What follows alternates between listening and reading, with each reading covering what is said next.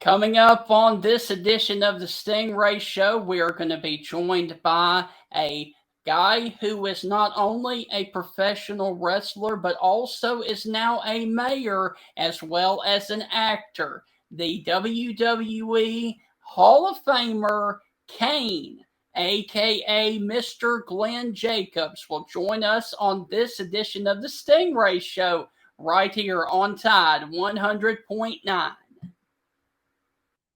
Hi, this is Tim Brando with a reminder.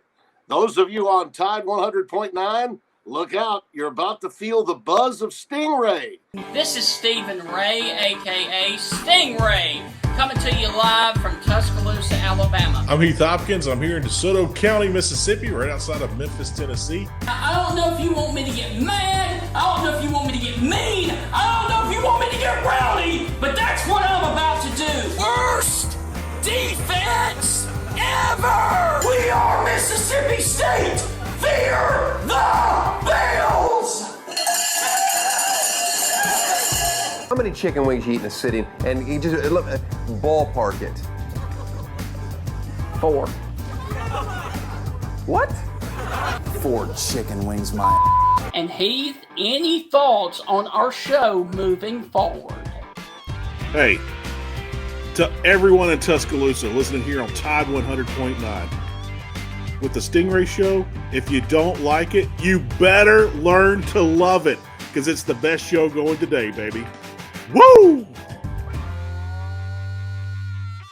And with that, we say welcome inside another edition of the Stingray Show right here on Tide 100.9. Heath, how are you doing, sir? Doing excellent, Stephen. It's always glad to be here on with all the folks here in Tuscaloosa, and I'm very excited about today's show, my friend. Yes, absolutely. So let's go on ahead and get right to it. Our guest not only is a mayor up in Knox, Tennessee, up there in the great city of Knoxville, where the Tennessee Vols are, he is also a WWE Hall of Famer and an actor. Ladies and gentlemen, we have Kane is joining us right now, a.k.a. Mr. Glenn Jacobs. Mr. Jacobs, how are you doing, sir? I am fantastic. How are y'all? Doing great, man. Good. Now, you all are in Tuscaloosa, right? Yes, sir. That's correct. Okay. I'm up here in Knoxville, so it's nice to be joining you via telephone. Yes, correct.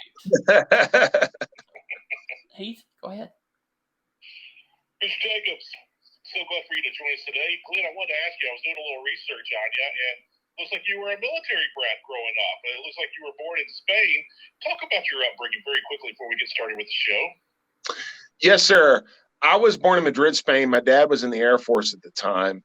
Previous to that, he had been in the Navy. He served in the Korean War, then was in the Air Force during Vietnam. He retired when I was about 4 years old, so I didn't really get the traveling around the world. My brother and sister did. They're both older than I am, and I think they went to like 6 different elementary schools. But in any case, we settled in rural northeast Missouri, close to Hannibal, Missouri.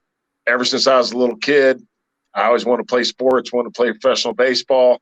When I realized that I was probably never going to be very good at baseball because of my build, really tall and at that point very clumsy and awkward. But in any case, I started playing basketball because of my height. When I got to college, I started lifting weights, which I had done in high school, put on a lot of weight. Was playing football, looked like I might be able to play in the NFL, blew my knee out in practice. That basically ended my football career. Wanted still to do something involving sports and athletics, and that's how I kind of stumbled onto WWE. So a quick follow-up to that, what ultimately made you decide to go into the realm of professional wrestling?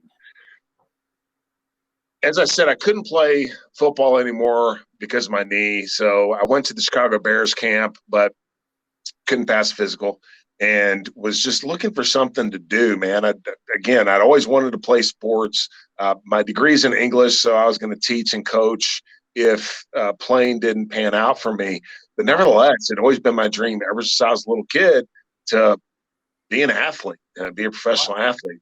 And one day I was watching WWE on TV, and I'd always been a bit of a fan of professional wrestling.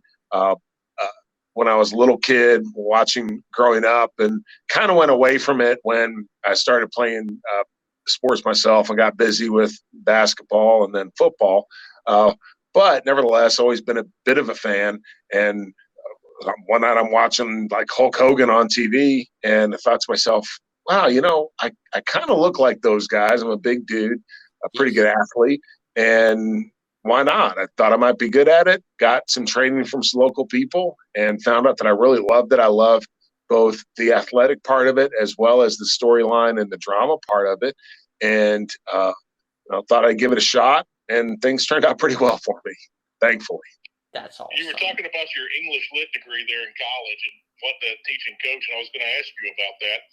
Were you going to go toward your passion in baseball? Were you going to stick with football? Were you going to go with basketball? Were you just going to be the old ball coach and do all three? Or what were your plans back then? It probably would have been basketball and maybe football. I played basketball all my life, ever since I was a little kid, and then through college. So that's what I had the most experience at. But, football, I was just naturally gifted at football because my size and my body just fit being an offensive lineman. But I had a lot more knowledge about basketball than anything else. There you go. Well, you debuted in the United States Wrestling Association as the Christmas Creature and an evil Christmas character, in which you unsuccessfully challenged Jerry Lawler for the USWA World Heavyweight Championship. Talk to us about that match and your interaction with Jerry Lawler then. So the early years in professional wrestling, just like anything else, you pay a lot of dues. I traveled a lot, normally didn't make any money, and really the USWA was my first big break. And what had happened was Kevin Lawler, who was one of Jerry's sons, was helping book the territory and had an idea for this character. It was the holiday season of an evil Christmas creature, and sent some drawings to me and said, hey, would you be interested in doing this? Well, frankly, it was a huge step up from what I was doing anyway. So I was like, yeah, sure, man, I'll try it. Also, the opportunity to wrestle Jerry Lawler was a big deal. Jerry Lawler is a huge star, right? Yeah, So I had the advantage. My mom is a really good seamstress. So mom made the outfit. It included Christmas lights. It had integrated battery pack. So it was actually very cutting edge technology. When I saw Chris Jericho come out with his jacket that lit up and everything, I was like, oh man, I did that 20 years ago, bro. When my mom made the Christmas creature outfit. But nevertheless, those matches with Lawler, certainly now I look back, it wasn't exactly like Ric Flair versus Ricky Steamboat or anything like that. But nevertheless, it got my foot in the door, got me working with Lawler, and got me some exposure with the folks down at USWA. So it was kind of my first big break. What's amazing now too is for me, and that's just something I did along the way. But it's now it kind of has this cult following, which is very interesting to me because of YouTube and because of the internet and all the different things that we have access to nowadays. I'll do a quick follow-up to that. Growing up, I was born in Memphis, Tennessee, grew up outside of Memphis, Tennessee, and I tell everyone that's not from this area, when you say the King, we don't think about Elvis. We think about Jerry Lawler. Jerry is the King. Right. For outsiders, it's Elvis, but for the ones that live here, the locals, the King's Elvis. But for the locals, it's Jerry. But with that being said, what's Jerry like outside of the ring? And do you have a funny story about Jerry? Jerry really helped me out in my early career. It was interesting, as you said, back in 97, 98, when WWE had taken off and the Attitude Era was at its height, and we're going around the country selling out everywhere, and you have Stone Cold Steve Austin and The Rock and all these huge stars. And we're doing a show at the Pyramid in Memphis, and Lawler's wrestling on the show. Lawler got the biggest reaction of the night, even bigger than Austin, Undertaker, DX, and The Rock. And just, he didn't really wrestle on WWE anymore. He was a commentator at that point. So that just shows you, even now, how big a star Jerry is, especially in Memphis and that area. He may have forgotten this story, but we were traveling together once, and I accidentally checked his. He dropped me off the airport to take care of some stuff and get us all ready for a flight, and accidentally checked his bag to the wrong destination. So don't know if I should bring that one up or not, but he's never mentioned it since, and I tend not to mention it either. But he did get his bag on time, so I felt okay about it. That's great. So after the Jerry Lawler match, you joined the WCW for a brief time in '93, losing to Sting. But what was that moment like for you, stepping into the ring with a guy the caliber of Sting? Yeah, I didn't really join WCW. That was just a one-off. I went down to TV tapings, and they put me on TV and gave me a name and went out there with Sting, which I don't know if he remembers that either. I mean, that was a long time ago. I'll tell you that he was an absolute professional. Okay, at that point in my career, I was a nobody. I mean, just a nobody. And I'm one of those people that's showing up basically to get beat up by people like Sting, right? And I look back on that match, and it was actually a pretty decent match. He took care of me in that he allowed me to do some stuff. And again, he didn't have to do that. He could have just gone out there and said, I'm going to hit you with the Stinger Splash and put you in the Scorpion Deathlock, and that's the end of it. And that's not what he did. And then afterwards, he came up to me, and I was backstage actually taking a shower, and he came into the locker room where he was not dressing, just those of us who were there to work on the show that night where we were, and shook my hand, said, good job. And again, he didn't have to do that. And I've never forgotten that. He's a very class act and treated me very well. And my philosophy in life and business is you treat everybody the same, whether the CEO or the janitor. And it's just about respect and about treating people like human beings. And Sting did that, and that really impressed me. Wow. With that being said, who's the nicest guy that you've ever met in the wrestling business? There's actually a lot of them. I think of my best friend in the wrestling industry is Goldust, is Dustin Runnels. Now, Dustin may not claim to be the nicest guy because he can be a little cantankerous and, he can be a little bit grumpy, but he's got a heart of gold. But so many people, Mick Foley, of course, is an awesome guy. Undertaker, you may not think of him. He may actually choke slam me for saying this. But, for people that have an interest in other folks and actually look out for the entire team. Remember one time I was going through a tough stretch, and I went to talk to Vince about things. I wasn't very happy with what was happening with me, and I'd already talked to Mark about it. And so when I go talk to Vince, he said that Mark had already talked to me, and Vince's exact words were, he worries more about you than he does himself. It's that kind of stuff. And that's, of course, why a guy like Undertaker is in the position that he is, as locker room leader, is because it's not about the Undertaker. It's about what he can do for the business, and that includes everybody else. So there are seriously a lot of really good guys and gals in the wrestling industry as well. One of my favorite people is Natty Neidhart. Natty's always been wonderful to me, and it's great to see her. So a lot of people, it's hard to say who's the nicest one because everybody's pretty cool, actually, for the most part. Yes. Well, you joined the WWF and were hired by Jerry Lawler to rid him of his longtime nemesis, Bret Hart. Talk about that whole feud of you becoming a dentist there in WWF. Yeah, I was really excited. I'd come to Smoky Mountain Wrestling, and had Jim Ross was the color commentator at the time. He got me a tryout with WWE. He was still working with them. He was on hiatus from on-camera stuff, but he was still working with WWE. So he got me a tryout. It went really well. Signed a developmental contract with them.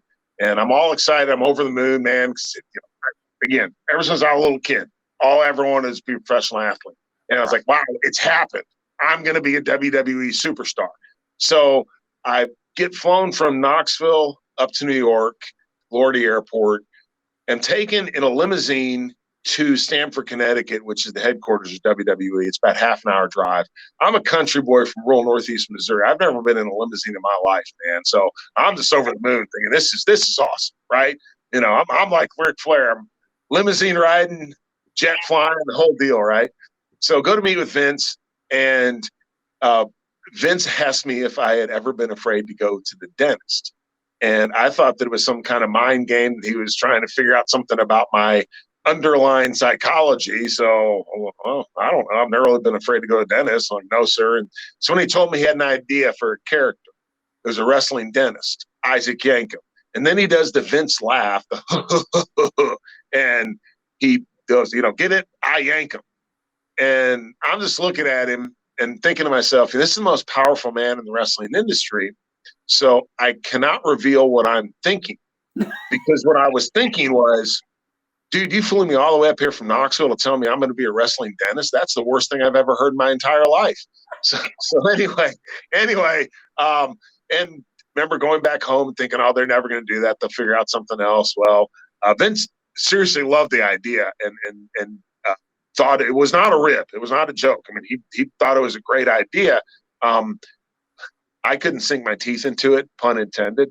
So yeah, it never really, just wasn't something that part of in wrestling, you have to be able to invest in the character, right? Yeah. And you either have to think that the character's cool and I can make this work, or for a lot of people there, this is me just turned up to 11, right? Or it's some aspect of my personality really accentuated. There was no part of me in that character. That's what made it so difficult. I was very fortunate because I got to work with Bret Hart right off the bat. A lot of pressure there. Bret's one of the absolute handful of top performers in the entire company. Again, at that SummerSlam match, I think it was a pretty good match, mainly because Bret really helped me through it. But then after that, of course, I just couldn't do the character, and people could see that. Like when you're not invested as a performer, the crowd can see that. So I didn't do myself any favors along the way. It really was a great opportunity, probably for someone else, not so much for me, because I just never could make it work. But it did allow me to get my foot in the door, allow me to work with Bret Hart, which was pretty dadgum awesome. So in the end, it's an important chapter in my story, but one that I'm glad that I was able to close. Well, guys, real quick, unfortunately, we are up against our first break, and when we come back, we are going to continue the interview with Mayor Glenn Jacobs, talking about his transformation into what is known as Kane, the character in the WWE that is coming up on this next segment of the Stingray Show right here on Tide 100.9. Welcome back, Tuscaloosa. You're listening to Tide 100.9 FM, ESPN Radio. Tonight we have a very special guest. We stepped out of the SEC with our SEC Sports Show. We're not talking about politics, but we do have Mayor Glenn Jacobs, better known as Kane, from the WWE. Yes. Also a Hall of Famer. And with that, Mr. Jacobs, Glenn, you've been around the world. You've seen so many places. You get to travel with the WWE.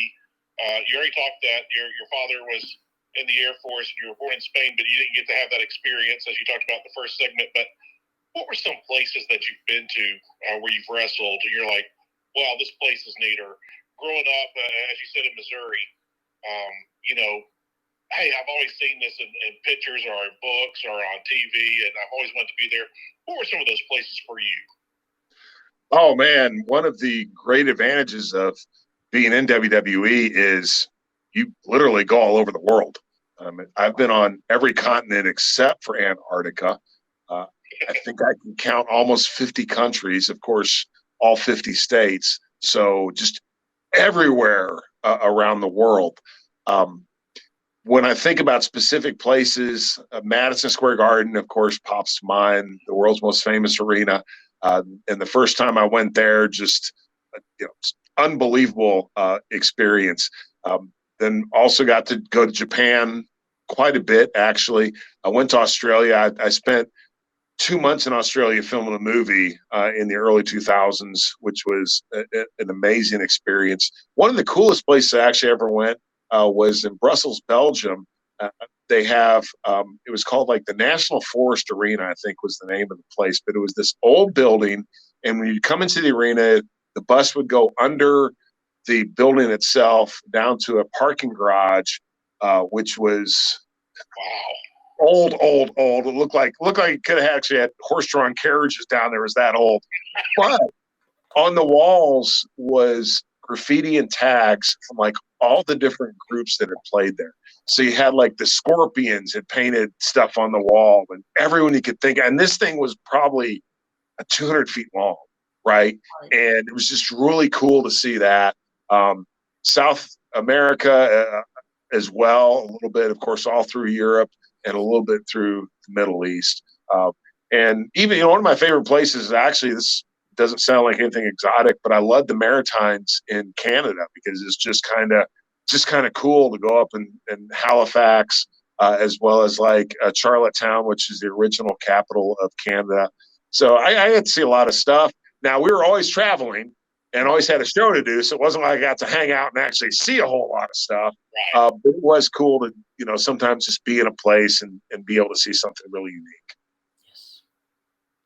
So let's go back to the WWE for a second. In April of 1997, they started to slowly build the character that you were known for as Kane.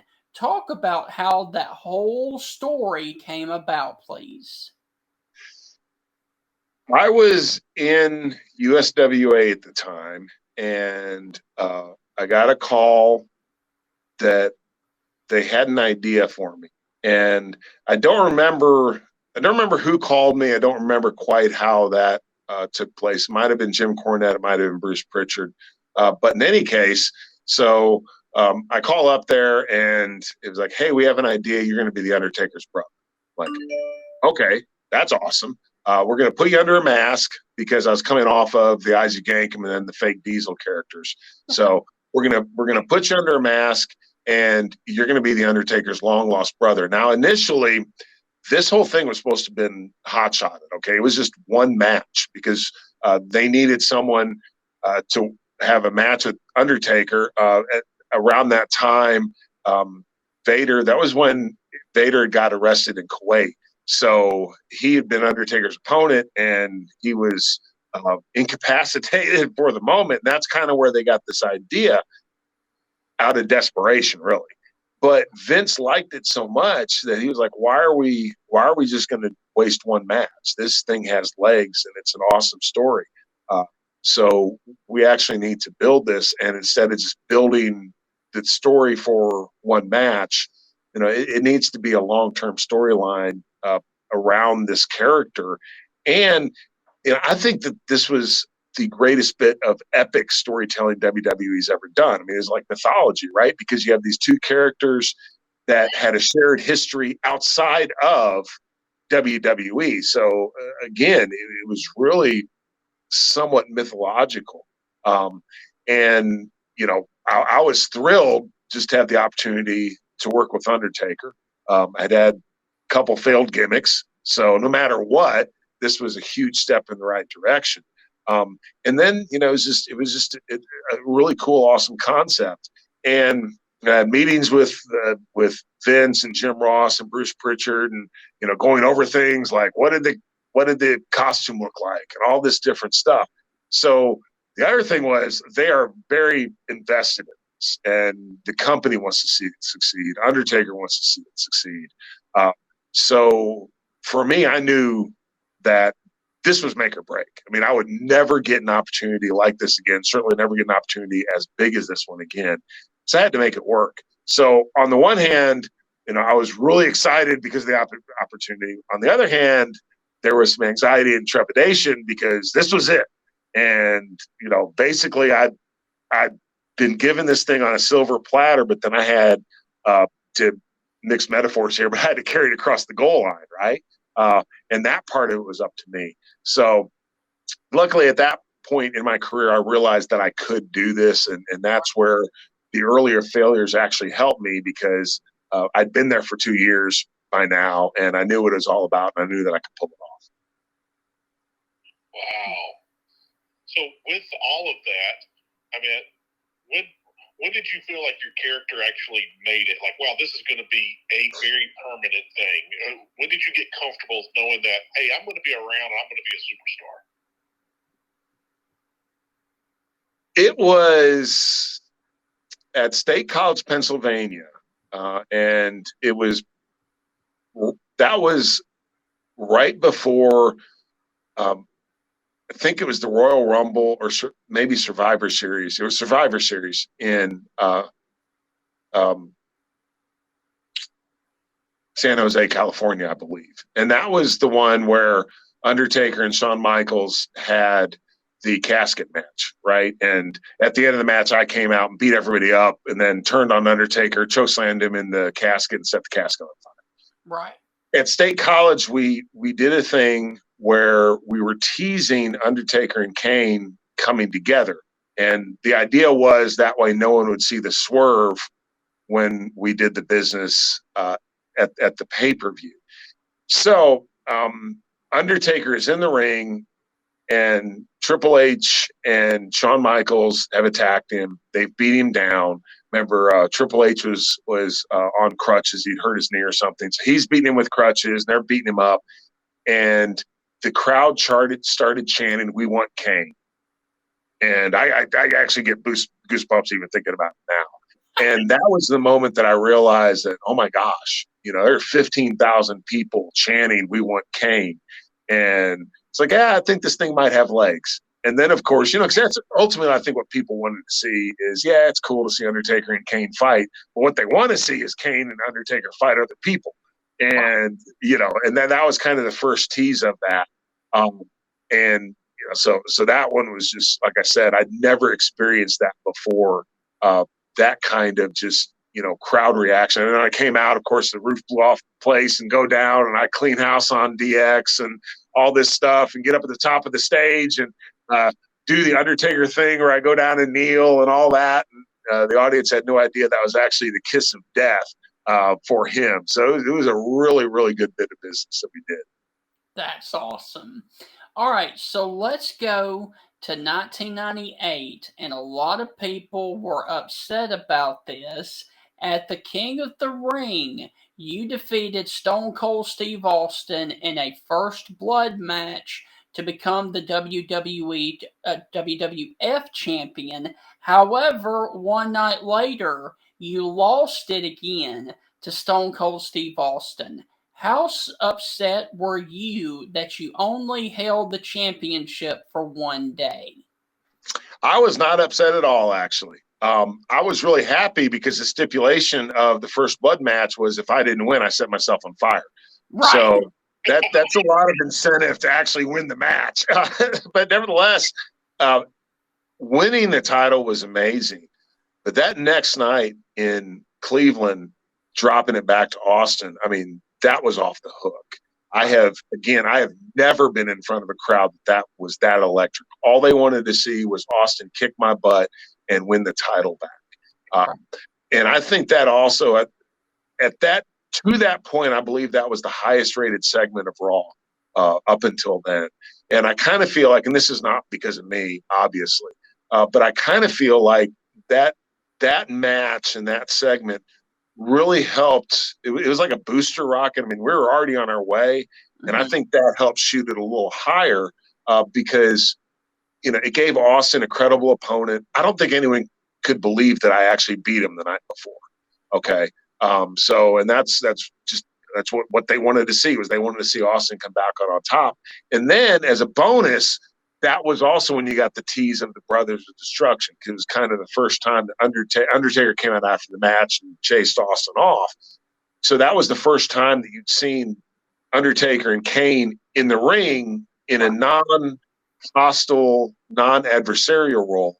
And then the camera pans to Austin at the top of the ramp, and the look on his face was priceless, because it was that look of basically, you're out in the ocean and you see fins of great white sharks popping up. That's what Austin's face looked like. He realized, oh my gosh, this is the start of something, that's going to change the business. So yeah, it would have been great to hold the title for months. That'd have been wonderful. But we accomplished what we needed to accomplish, and it didn't hurt me at all. When you think about my career, it actually helped me a lot. And here's the thing. Yeah, I had it for a night. Well, so did Andre the Giant. And how many people actually get to be WWE World Champion? So it's pretty important, even if I only had it for a day. Yes. I had a professor in college.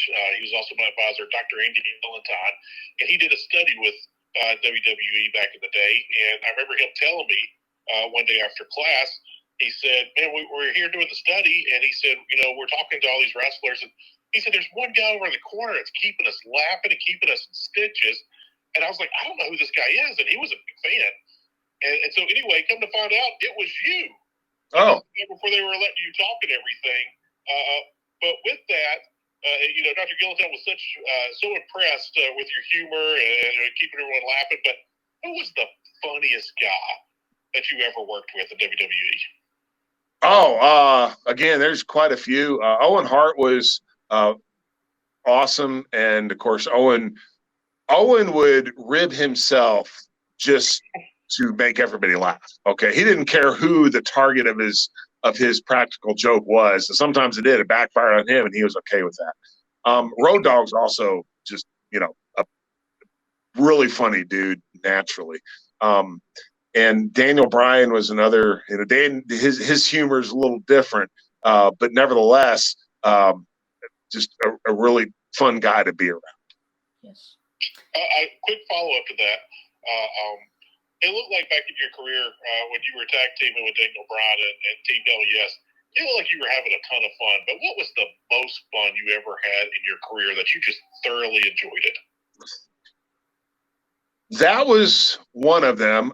Working with him and being the comedic element on the show was such a departure from what I'd done before that that was very gratifying to me, because I'd show people that I wasn't just that my talents were more than just playing the big brooding monster, the big silent type, right? That I could actually be funny as well.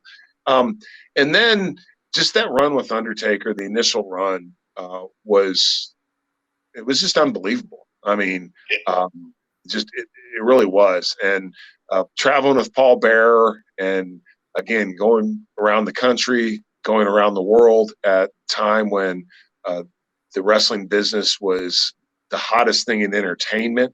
That was a lot of work, but it was something that most people will never, ever, even in the wrestling business, I don't think there's going to be another Attitude Era. So it's something that most people will never, ever experience.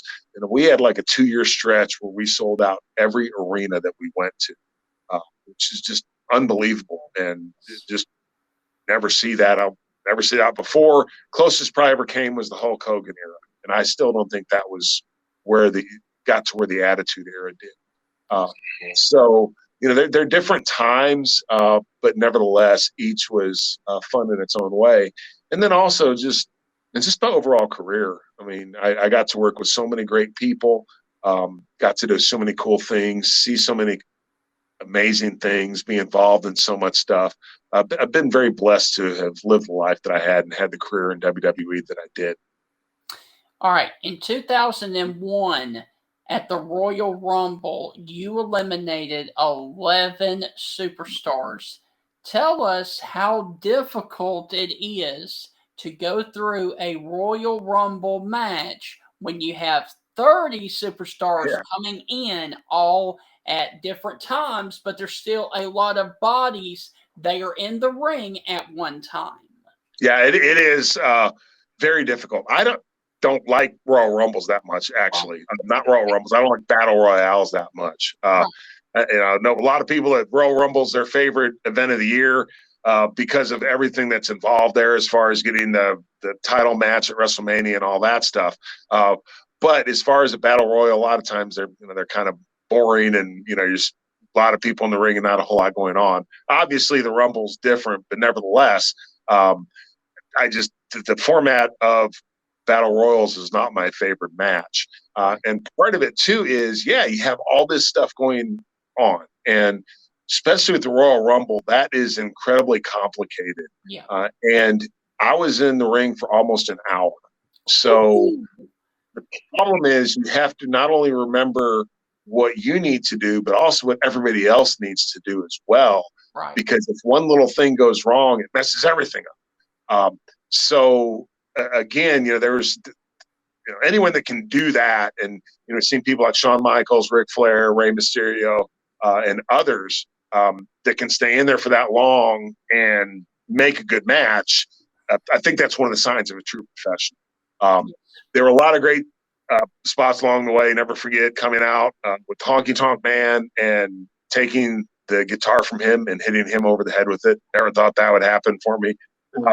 But I think the thing that I remember the most about that match is the fact that when I first went out, my hair is really dry and I have curly, dry hair, right? So I go out and I'd have to put a lot of product, of conditioner and all this stuff to keep my hair wet. That would work for about 15, 20 minutes before my hair would start to dry out and frizz. So I start the match and I look really cool, and I got my normal wet hair and it's slick and everything. By the end of the match, it looked like it stuck my finger in an electrical socket because my hair's out to here, and of course I got so close and was eliminated by Stone Cold Steve Austin. Right. So I've never actually won a Royal Rumble, but pretty cool to be in there that long. And I mean, look, man, if you get beat by Austin, that's okay, right? That's pretty high level anyway. So that was definitely one of the highlights of my career. Okay. You joined ECW when the brands split. That led me to a really interesting question I would like to know. What is the most brutal match you have ever been in? Because I do remember there was one where you were in the Inferno match with The Undertaker. Yeah, I had Inferno matches, steel cage matches. The Elimination Chamber is probably the most brutal match. There is nothing soft on that structure, and everything you do hurts. So probably the Elimination Chamber matches, I would say, are the most brutal. Okay. Wow. The late Bobby the Brain Heenan made a reference one time on Larry King that I thought was absolutely hilarious. Larry King asked him, he said, "What's the scariest thing about wrestling fans?" And he said, "They can reproduce and they can vote," which tickled me to death. With that being said, what is the craziest interaction you've ever had with a fan? Actually, I remember one time, it wasn't me, but Undertaker got a locket from a fan. I forget how I got it. It just showed up. We're in the locker room looking at it, and he pops open this locket, and then inside it was a vial of red liquid. And we're like, dude, someone sent you a vial of blood, right? And it's like, oh my gosh, that's that. Holy cow, wow.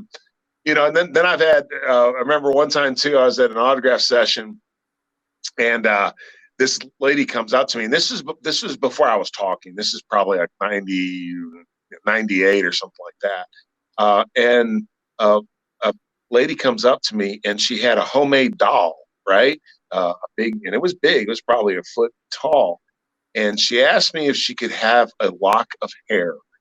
And I was like, no, that thing looks like a voodoo doll. And, if all of a sudden I start having sharp pains and I can't explain it, I'll know it's because I gave you a lock of hair. But, I will tell you this, though. Those kind of weird, strange interactions are very rare. Most people are very gracious. And at this point in my life, one of the things that gives me most satisfaction is when someone comes up to me and just wants to thank me for giving them years for entertainment. And that happens all the time.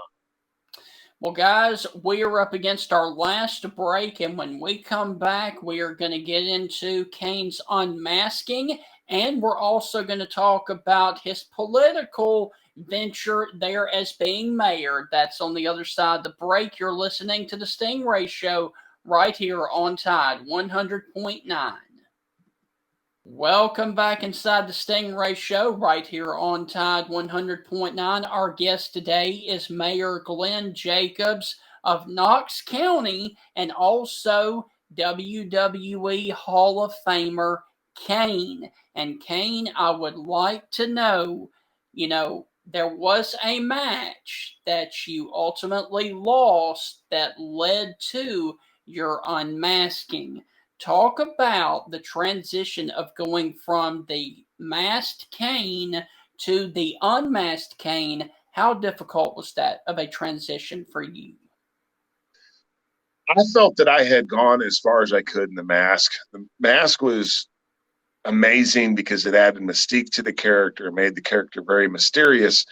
At the same time, it limited my ability to show the audience the emotions that I was feeling because they couldn't see my face, which is the main way that we show people how we're feeling. Yes. So I kind of felt that the mask had the limitations of the mask were more confining than the mystique and everything that it added to the character. So I wanted to try something new. No one else wanted to because everyone figured if it ain't broke, don't fix it, with the exception of Vince McMahon.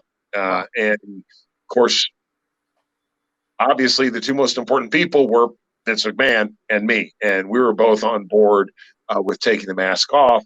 Right. But then they also didn't just want it to be, all of a sudden, bam, there's Glenn. That's where Vince had the idea of the shaved head and shaved eyebrows and just very menacing look. So that night at Madison Square Garden, again, there's some trepidation because, the mask was great. We didn't have to do that. I think the character could have kept on going as it was under the mask. But what happened was it actually kind of created a new character, okay? Because it was not, it was completely different. I mean, you had Kane under the mask, and at that point, he's more kind of a superhero. Whereas now you had this psychological monster, okay? And, it was like all of a sudden, like the world saw the real Kane, which was terrible and ugly and horrible. So it did, man. It really, I think, breathes a second life into the Kane character. And then, of course, you have the history and the legacy of everybody knowing, you have the mascot. So that formed the basis for this new character. But once I realized, like, oh my gosh, this is a completely different track than we were on before. I just again, I was like, wow, that this is really really cool, really unique. And also had the opportunity to do stuff like, think of the Great Muta. And he was literally two characters, right? You had the unmasked Muta and the masked Muta. So it kind of gave me that component where, as well, where, I can almost become two different characters in WWE. It's pretty neat. So I've got a quick follow-up to that. You talked about your different persona. I never quite understood the whole May 19th thing that you just completely went nuts on everybody when they said it. What was that all about, please? Oh, really? It was a marketing gimmick for the See No Evil movie because it was debuting on May 19th. So that was a way to get everyone to remember to go to the movie theaters on May 19th. But storyline-wise, that was the day of the fire that killed the Kane's parents. So every time you'd hear May 19th, Kane would go nuts because it'd bring all these horrible memories flooding back. Yes. Okay. Thank you. Talking about storylines, what is the storyline or idea that you had that you wanted to do, but that it wouldn't let you do it? Corporate Kane was not executed in the way that Triple H and I envisioned it. I had this idea for a character. Again, I was getting kind of bored, just being Kane and going out there every night and just beating everybody up. I wanted to do something a little different. So we had this idea for Corporate Kane, which again was a lot like the Great Muta, in that you would have the corporate guy who was basically the stooge for the authority, but when they really needed something to get done and they needed the dirty work to get done, that's when the mask Kane would come out and destroy everybody. Corporate Kane was never supposed to wrestle. He was literally a corporate figure, and so no one was supposed to touch it. And then of course you get to the Demon Kane, and that was where all the actual business would take place. So I thought that was a really unique thing. Unfortunately, what happens in WWE is things move so quickly, and the storylines are evolving so quickly that sometimes you can't take the time to explain things like you'd want to. For instance, we were talking about taking the mask off earlier, and people will say, well, Kane wore a mask because he was burnt and his face was all messed up, but then he takes the mask off and he's fine. How do you explain that? Well, the explanation was he was never burnt. He just thought he was. He thought he was disfigured and deformed. Now, which is scarier? Someone who hides it's legit that they're hiding that, right? Or someone who's so messed up in their head that they think that's what they look like, but they aren't, right? And we never really got to explain that, unfortunately. So again, and that's not a criticism of anybody. That's just things move so quickly, and every week you have to have compelling content. Sometimes stuff just falls through the cracks. All right, let's switch to two things outside of the ring. In May of 2006, you mentioned it just a second ago, you debuted in the first major WWE film production of See No Evil. Talk about the production of that movie and how difficult it was going from wrestler to actor for you. We filmed the movie on the Gold Coast in Australia, which is right about an hour from Brisbane. That was awesome. I got to spend 2 months in Australia, had a great time. Everybody that I worked with there was amazing. Now, there's a lot of differences between WWE and the big screen. And one of the most important is in WWE, obviously, everything is live. Everything's one take. You have an audience around you. There's all this adrenaline. There's all this stuff happening. Anyone that's ever been on a soundstage realizes it is the most boring thing in the entire world. Okay. It just is. I mean, it's very antiseptic. You have the crew, you have the actors, and stuff happens, but you don't have a crowd screaming. You don't get that instant gratification. That was the hardest part for me. Is I'm used to a super high adrenaline environment that I'm not the one supplying the adrenaline. The audience is. And so here you are on a soundstage where that's what acting is all about. Everything is coming from you. So that was difficult, and I came away with a newfound respect for actors. That is a hard thing to do, and it really is an art form. But overall, it was a great experience. I loved it, and seeing the product from kind of conception to going and filming it, and seeing what they call the dailies, which are the shots from the day before, and thinking to myself, this is absolutely terrible, and all it looks terrible because none of it's been edited and they haven't done the movie magic.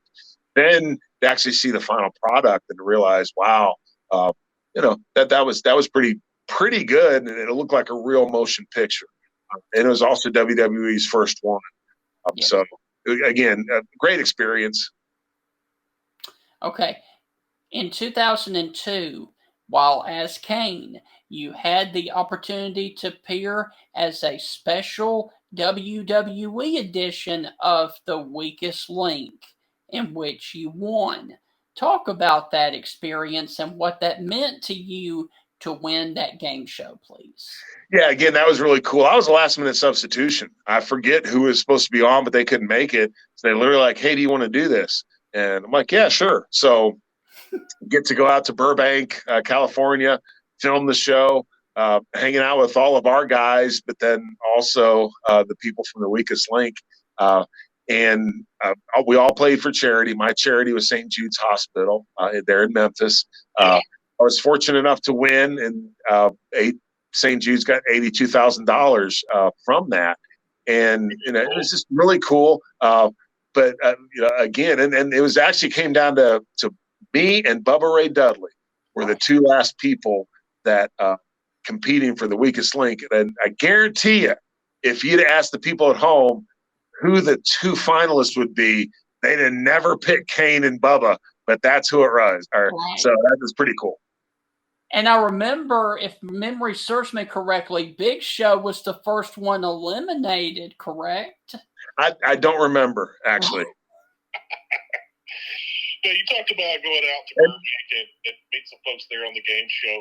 But as a young boy growing up in Missouri, small town Missouri, and getting to travel the world, what was it like, or who were some of the people that you got to meet in your career in this lifetime that you were like, wow? What was some wow moments of people that you got to meet?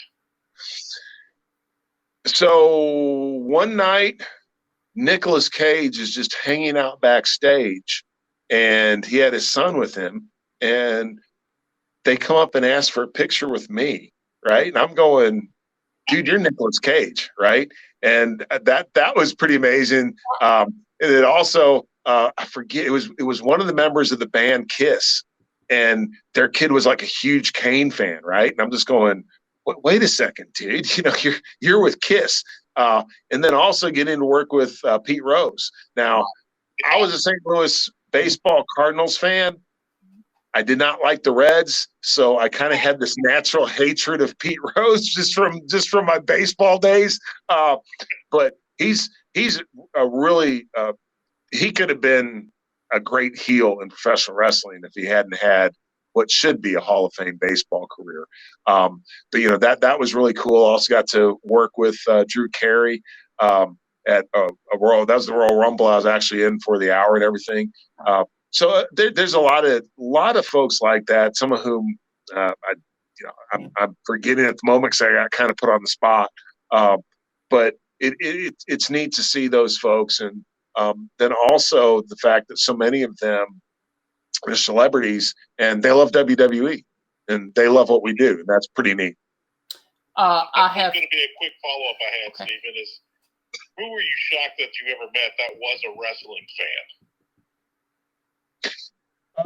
It's funny, actually. I didn't meet him, but one of the guys in the office here was out in Vegas at a consumer electronics show, and I get a text message from him, and it's a picture of this dude sitting at a table, and I'm thinking to myself, I'm like, that looks like Joe Theismann. And then I get a call, right, from my guy out there, and hello, it's like, hey, Glenn, this is Joe Theismann. I'm a huge fan. I'm like, dude, you won a Super Bowl. You're in the Football Hall of Fame, right? So yeah, it's cool. And then we were doing a deal with Shaq once, and we were talking about it was at WrestleMania, and we had the Andre the Giant Memorial Battle Royal, and Shaq's in it. That was when he and Big Show had their big thing. But we're talking about this match beforehand. Shaq is there, right? Now I'm not wearing any of my Kane stuff. I'm just dressed in my workout gear. And we're talking about what's going to happen, and someone points to me, and they're like, okay, and Glenn's going to do this, and, he'll be wearing a mask and all this stuff. And Shaq's like, dude, are you Kane? I'm like, yeah. And he comes over and, gives me this big bear hug and picks me off the ground. He's like, I love you, man. I'm like, well, first of all, put me down. I'm a grown man. But second of all, you're Shaquille O'Neal, right? So it is really neat, again, to meet these people that are fans of you. And I'm thinking to myself, there's no way, right? Because you're a big time celebrity. Why are you looking at me going, you think I'm really cool? It just doesn't, that doesn't register with me. Glenn, since this is going to be somewhat of a political question, I'm going to address you as Mayor Jacobs on this one, tongue-in-cheek fun here. With this whole crazy thing, the pandemic that we just had, There's two rules I had on this show that I will never talk about politics or the coronavirus. That's a running joke on this show. Good rules. I have to break my rule on both of them. I was president here locally at the Parks and Rec Foundation, and when the pandemic hit, I sat down with the mayor, and he sat there, and he said, well, what are we going to do about baseball, softball, and t-ball season? And I clearly said to him very quickly, I don't think it's our responsibility to decide for everybody in the city and the county to play rec sports. I say we let the parents choose. It's their freedom to do it. And then I read when I was doing research for this interview that you voted against the mask mandate, and only because of the overreaching that it could lead for politics in the future, the overreaching ability that it could lead to. And I deeply respected that because that's kind of where I was coming from on things. But with that being said, what are some of the toughest things that you've had to deal with in office? Well, obviously, the pandemic was no joke, as you said. And my stand on that was we're America. And the most precious thing about this country is the freedom to make our own decisions. And I felt that was being threatened throughout the pandemic. That's why I was resistant to many of the mandates that were being handed down. Not to say that it wasn't a serious issue, but our freedom is also a very serious issue. But then we have just the normal things, we deal with right now. We're a growing area. So we're dealing with a lot of land use and zoning and that sort of stuff. And that's hard because, you have to respect people's property rights and their ability to do with what they want with their property. At the other side, the people around them also have property rights that you have to keep in mind and have to respect. So that's difficult. Obviously, things like taxes and revenue, being able to provide the services that people demand while at the same time running an efficient organization so that you can keep taxes low so people can keep their money as opposed to just giving it to the government in many cases for no good reason. So it's a lot of the stuff that anybody in government is going to deal with. I think local government's actually a little more difficult. One day I actually ran into Tom Kopp, who was here in town campaigning for someone. He's a senator from Arkansas. And we got to talking, and he asked me, he's like, why did you want to get in local government? That's really hard. And I'm like, dude, you're a U.S. senator. And here you are saying the local government's hard. But the reason is we're the ones that feel the heat because we're the ones closest to the flame. If you're in state or federal government, you're somewhat removed. I live in the same community where I'm mayor, and everybody knows me. So if something goes wrong, guess what happens when I'm at the grocery store? So there's a level of accountability here, I think that's missing, especially at the federal level. So I wouldn't say that's the hardest part, but that to me, that's the best part. But it's also, that also can be a little difficult because you want to make everybody happy, and you don't want people to yell at you. But in some cases, unfortunately, you realize that, someone's going to be mad about this, and there's nothing I can do about it because it's the right thing to do. Well, let's end on a positive note. My final question for you is this. We are obviously here in Tuscaloosa on Tide 100.9, but I've got to ask, Tennessee had not beaten Alabama in about 15 years until last October. So I've got to know what you were doing the day of the game and how you celebrated the Tennessee Volunteers knocking off the Crimson Tide. I actually had to go out of town, so I was not at Neyland Stadium for that game, which was a huge disappointment. I did listen to it on the radio, and when that field goal went through, I was driving in my car, and frankly, I almost wrecked because, oh my gosh, I can't believe it. And that I wish I'd been there because that was an amazing night. Right. And they pulled the goalpost down and end up parading them through the city and threw them in the Tennessee River. And we thought that we'd beaten Florida last year too, and we thought that would be the highlight of the season. And then to beat Alabama, and I give Alabama, University of Alabama football, I give it a hard time. And the reason is because it's the best program in the country, and Nick Saban, he's just like Tom Brady. No one wants to admit this, but he's the GOAT. He's the best coach, maybe ever. So to be able to beat that team, especially coming off of what we have had here for 2 decades of, Tennessee football has just not been great. That was a huge highlight for all of us, and it actually transcends football here in East Tennessee. That really, when our football team or basketball team is doing well, but especially the football team, that changes everyone's attitude, and it's almost like the morale of the entire community is improved.